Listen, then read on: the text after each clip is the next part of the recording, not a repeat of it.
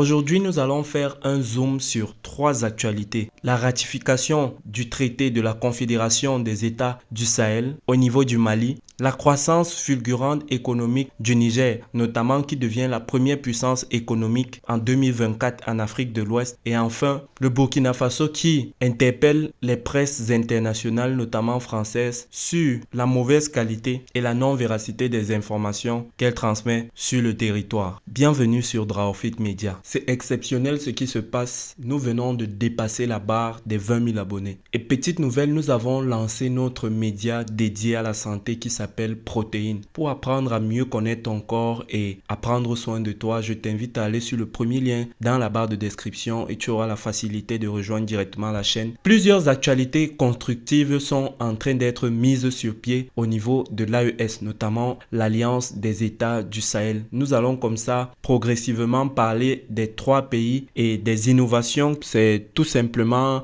un zoom sur ce qui se passe en Afrique dans les différentes régions, que ce soit l'Afrique du Nord, l'Afrique de l'Ouest, l'Afrique du Sud, entre autres. Alors, nous allons comme ça parcourir divers médias et lire un peu l'actualité de ce côté-là. Le Burkina Faso face aux critiques de la presse française. Enjeu de souveraineté et sécurité. Ça, c'est un article de bamada.net. Avant même d'atterrir sur cet article, nous sommes au courant notamment que très récemment, le Burkina Faso a été déclassé dans le classement des pays alloués pour le tour de cyclisme, du fait d'avoir invité des cyclistes russes qui avaient notamment été privés de compétition, privés de jeux, dû aux sanctions faites à la Russie depuis la crise qu'on connaît déjà très bien, notamment la crise entre la Russie et l'Ukraine. Et vis-à-vis de cette actualité, beaucoup d'équipes sportives de la Russie ont été privées de compétition et très récemment, lors du Tour du Burkina Faso organisé,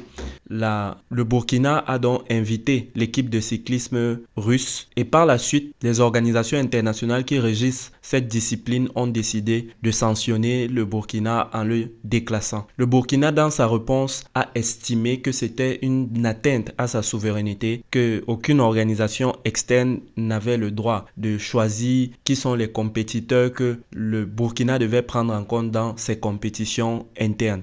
Alors, en pleine lutte contre l'insécurité, le Burkina Faso, dirigé par Ibrahim Traoré, fait face non seulement aux attaques de groupes armés, mais aussi à une couverture médiatique critique de certains médias français, notamment Le Monde et RFI. Suite à un récent rapport de Human Rights Watch sur les tragédies de Barça-Logo, ces médias ont orienté leurs analyses vers la politique interne du Burkina Faso plutôt que sur la violence terroriste. Cet angle pose donc la question du rôle des médias étrangers dans la perception de la crise sahélienne et de leur impact potentiel sur la stabilité régionale. Malgré les progrès réalisés par les opérations militaires coordonnées par l'Alliance des États du Sahel, ces sujets restent peu relayés par les médias français au grand regret de certaines voix locales. De nombreux observateurs y voient une volonté de maintenir l'influence étrangère sur des pays ayant choisi d'assumer leur propre sécurité.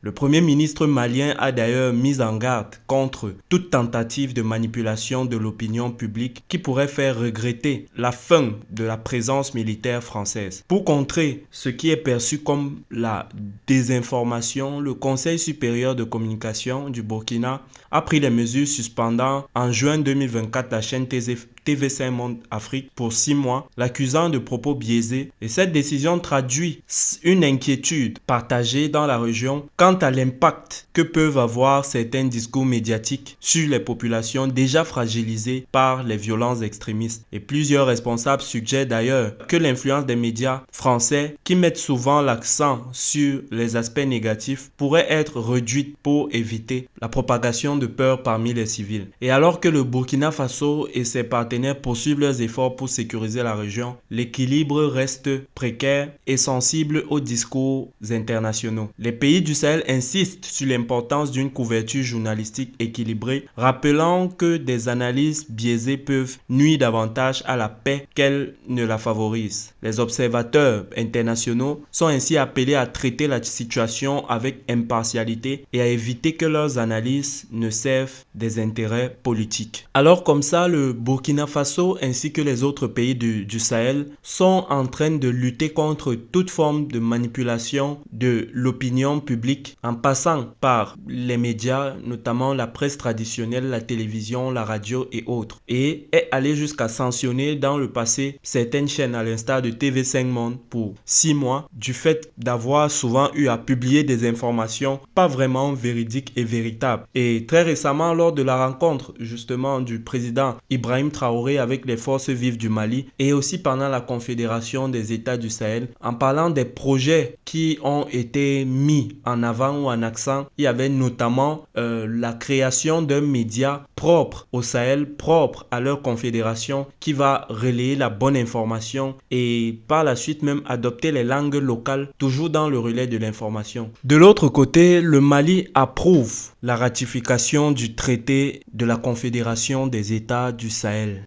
Lors de la séance plénière tenue ce vendredi au Centre international des conférences de Bamako, le Conseil national de transition a adopté à l'unanimité la loi portant sur la ratification du traité instituant la Confédération des États du Sahel. Ce traité, signé le 6 juillet 2024 à Niamey, jette les bases d'une coopération renforcée entre les États sahéliens fondée sur la solidarité, la fraternité et une volonté commune de bâtir un avenir de paix et de prospérité partagée. Pour le ministre des Affaires étrangères et la coopération internationale, Abdoulaye Diop, la Confédération des États du Sahel symbolise une réponse concrète aux aspirations des peuples sahéliens. Il a rappelé que ce traité représente une étape clé pour le Mali, permettant de répondre aux défis régionaux à travers une mutualisation des efforts dans les 3 domaines prioritaires, la défense, la sécurité, la diplomatie et le développement. Cette confédération se distingue de par son approche inclusive. Et collaborative. Et ce projet vise à renforcer la stabilité, la sécurité et l'intégrité des 3 États qui le constituent. Alors, la ratification de ce traité marque ainsi un pas significatif vers la concrétisation de la vision commune des 3 États.